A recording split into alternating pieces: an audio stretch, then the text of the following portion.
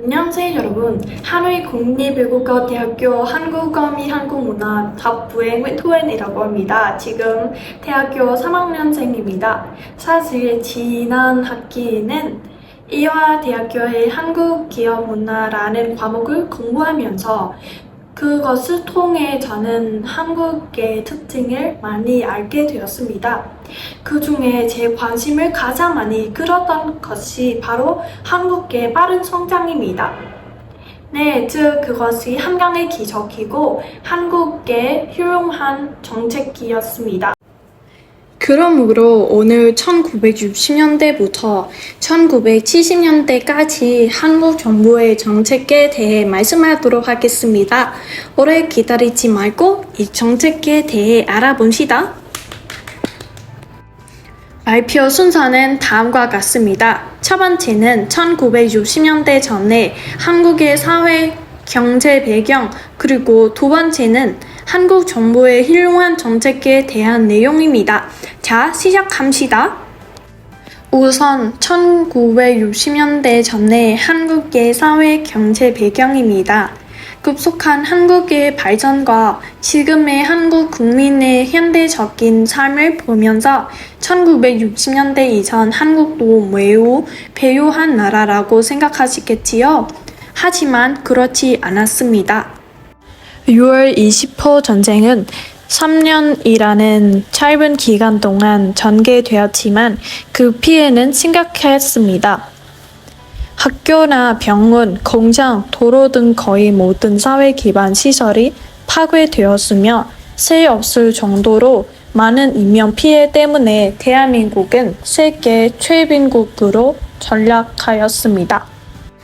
그러면 이 피해들을 극복하기 위해 한국 정부는 어떤 정책을 제시하였습니까? 첫 번째는 경제개발 5개년 계획입니다. 제2차 계획은 1960년에 처음 시작되었습니다. 이 계획에서는 전력, 석탄, 정유, 종합제철, 시멘트 등 기간 산업에 대한 집중적인 투자가 이루어졌습니다. 국가의 경제적 자립과 부흥을 목표로 점차 나아갔습니다. 두 번째는 저축을 증가시키기 위한 정부의 노력입니다. 성장률을 높게 측정하려면 제조업과 사회 간접 자본에 대한 투자를 많이 해야 했기 때문에 투자률이 높아야 하는 것이 바로 문제였습니다.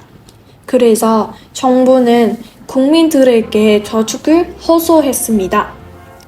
이 호소는 저축의 노래라는 노래에서 관대하게 표현됩니다.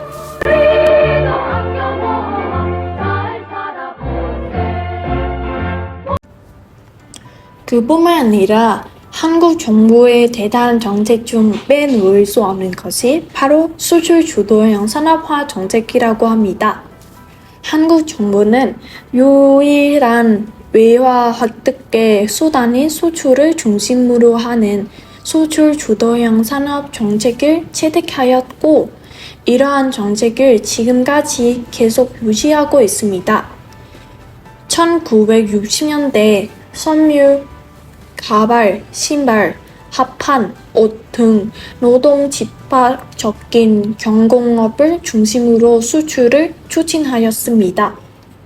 그 반면에 1970년대는 한국은 중화학공업 육성에 주력했습니다. 결과적으로 1970년대 한국은 급속한 성장을 하였습니다. 다시 말하자면 1960년대부터 1970년대까지 한국 경제의 고도 성장은 한강의 기적을 만들어내었습니다.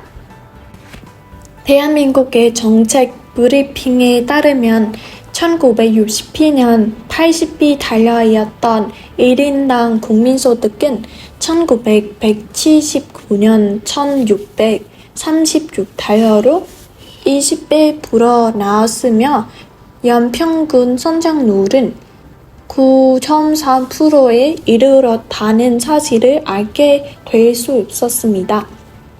그것은 지금 한국의 급속한 발전과 변형에 기여하고 있습니다.